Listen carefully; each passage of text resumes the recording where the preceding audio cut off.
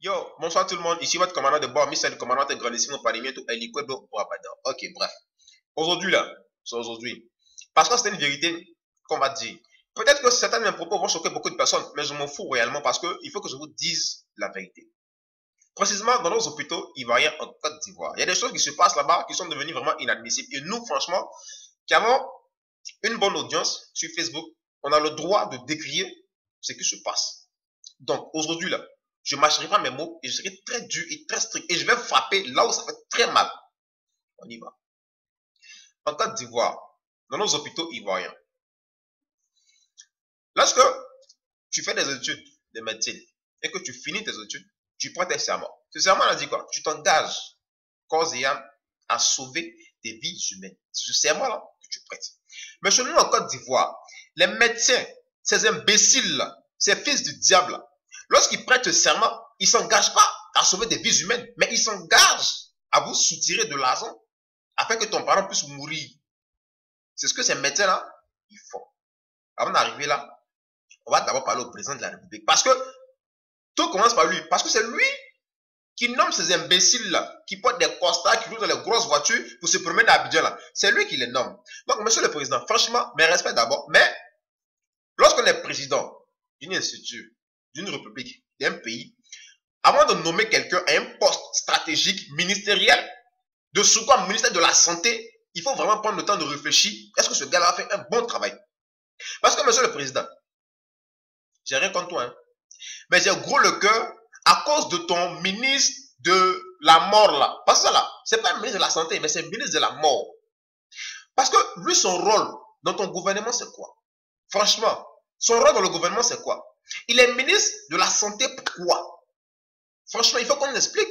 Parce que je n'arrive pas à comprendre comment tu es ministre de la Santé et dans les hôpitaux ivoiriens, on dit bien urgence. Il y a un accident grave, quelqu'un s'est fait blesser, agressé, peu importe. On dit bien urgence. Mais lorsqu'on dit urgence, c'est que le truc c'est vraiment urgence, c'est que sur le tas, dès que la personne arrive, on la prend en charge. Même en Europe ici, là, que tu as papier, tu n'as pas papier, on t'a connu, boum, on te prend, tu soignes d'abord. On te dit oui, tu es qui, tu fais quoi, tu as papier, mais tu n'as pas papier. C'est comme ça, cela se passe. Mais nous-mêmes dans notre propre pays, vois-tu nous quand on se fait agresser par des imbéciles, des sauvages, on te conduit aux urgences, et ces médecins-là, qu'est-ce qu'ils font? Non, tant qu'il n'y a pas l'argent, on ne la soigne pas.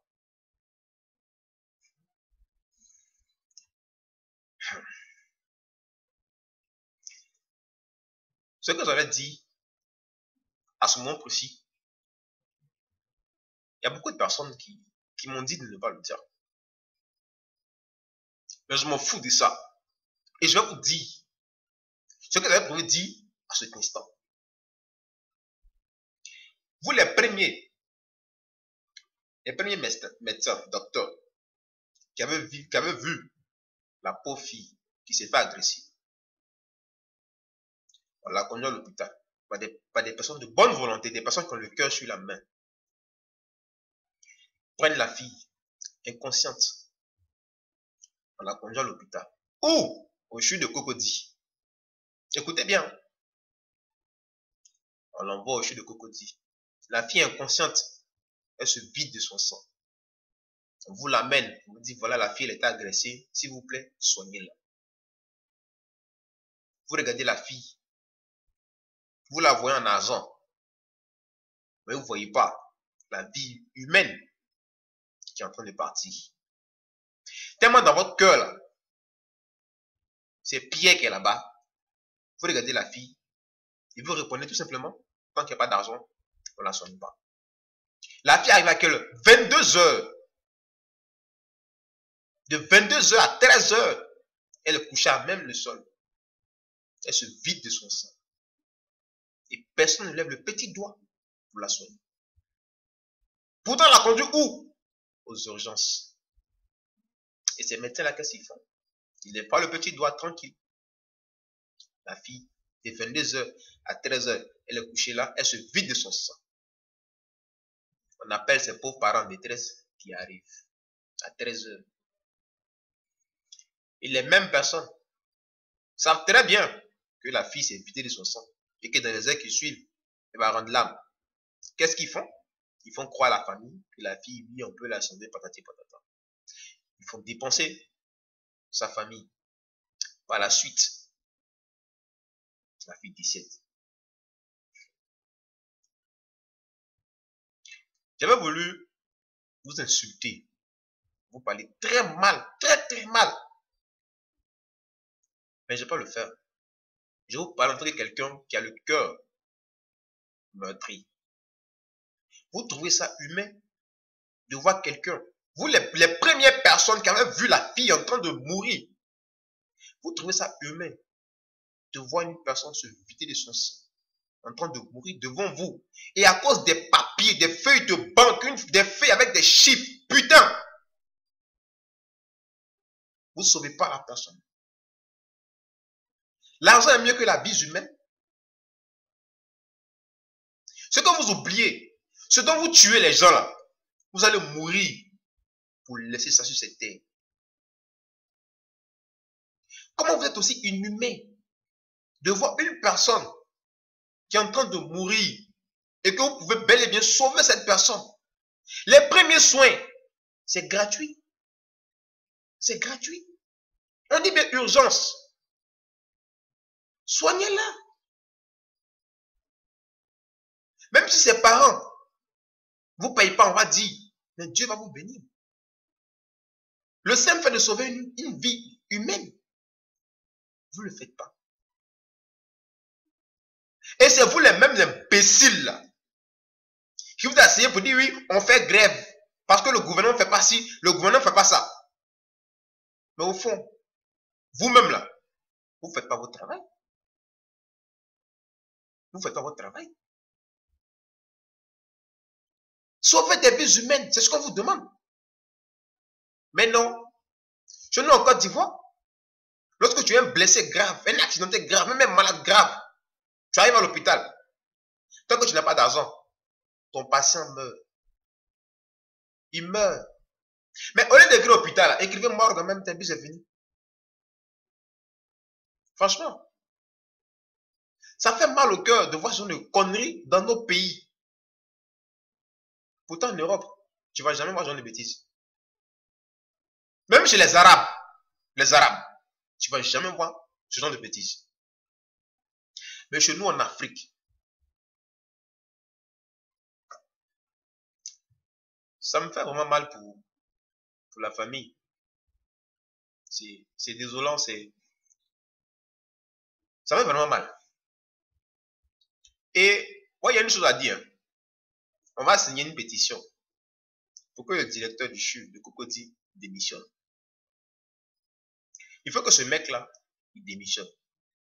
Et puis, il faut aussi qu'on nous donne les noms des premières personnes qui ont vu la fille, les docteurs, infirmiers, je ne sais pas qui ont vu la fille en train de mourir et qui n'ont rien fait.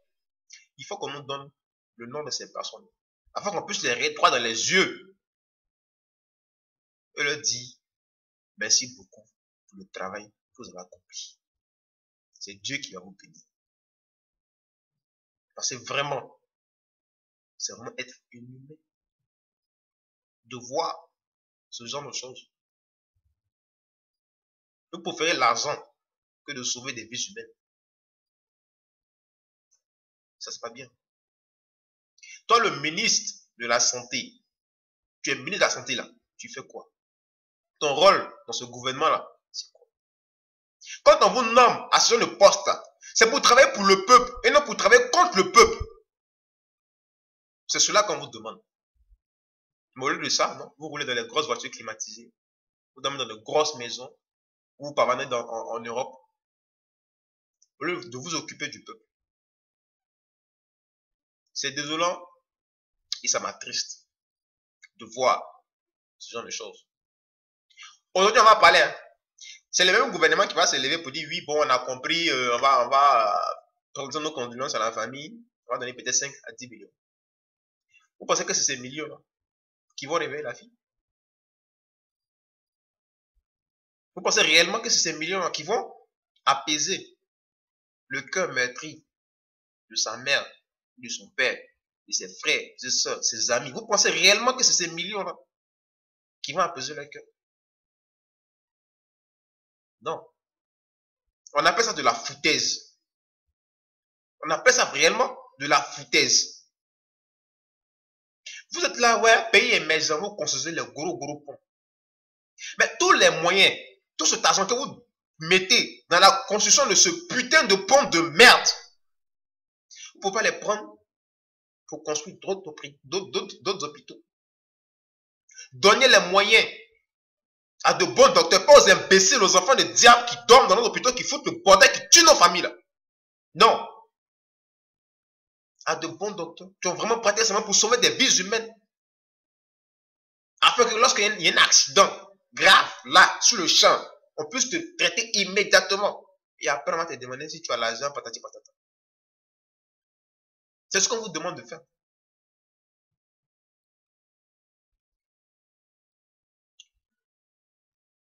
Vraiment.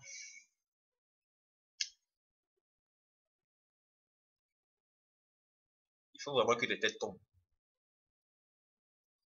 Je vous demande de partager cette vidéo afin que le premier responsable de ce pays, la Côte d'Ivoire, n'est pas dit le président, il puisse voir cette vidéo et que par la suite, il puisse faire tomber cette tête-là. Le directeur du CHU de Cocody, là, on ne veut plus le voir. Les personnes qui ont vu cette fille en train de mourir, on ne veut plus jamais les voir dans nos hôpitaux ivoiriens. Et puis toi, le ministre de la Santé, va t'asseoir à la RTI. Tu vas nous expliquer le pourquoi, de comment dans nos hôpitaux, il est impossible de traiter les gens qui sont blessés dans l'urgence. Va t'asseoir là-bas. Tu vas t'adresser à tous les Ivoiriens. Tu vas nous expliquer. Puis on va comprendre. Parce que jusqu'à présent, là, on n'a pas encore compris. Et les gens continuent de mourir matin, midi et soir dans nos hôpitaux ivoiriens. Les gens continuent de mourir là-bas. À cause de vous, des inconscients, des imbéciles, des chenapans, des enfants de coups communs sont portés qui préfèrent sauver l'argent, mettre dans sa poche, dans ses comptes bancaires, frimer, que de sauver des vies humaines. C'est malheureux. J'ai tellement mal pour la famille que je pense que je vais m'arrêter là pour ce soir. Je présente mes sincères condoléances. Je perds mes mots. Je les perds. Je présente bon, bref. Vraiment, il y a quoi la famille de cette fille? Que Dieu vraiment vous apaise le cœur afin que la haine qui est en vous puisse vraiment s'apaiser. Cherchez pas à vous venger. Priez Dieu afin que l'âme de cette fille puisse avoir un repos vraiment éternel et que son âme ne soit pas vraiment troublée. Ne vous inquiétez pas. Votre palabre là, c'est notre palabre. Ce gouvernement va nous sentir. Le directeur du CHU de Cocody, on veut sa démission. Ça fait un. Les premières personnes qui ont vu la fille en train de mourir, qui n'ont rien foutu, et les secondes personnes qui ont fait dépenser les parents de ces derniers-là, on ne veut plus les voir aussi. Et d'ailleurs, on doit les juger. Pour non-assistance des personnes en danger, parce que c'est un crime qu'ils ont commis. Troisième cas.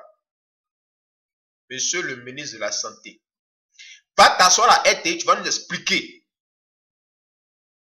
le pourquoi de comment cela arrive dans nos hôpitaux. Quatrième et dernier cas. Monsieur le président de la République de Côte d'Ivoire. Vraiment, c'est avec doléance que je vous demande sincèrement de réfléchir sur le cas de nos hôpitaux ivoiriens. Votre émergence, vous faites à vous construire pont, on a vu pont, on veut plus ça. Hein. Faites vos ponts là, mais émergence là, mettez création des hôpitaux avec des bons médecins qui vont sauver des vies dans votre émergence 2100-2040 là. On veut ça aussi. C'est ce qu'on veut. Hein.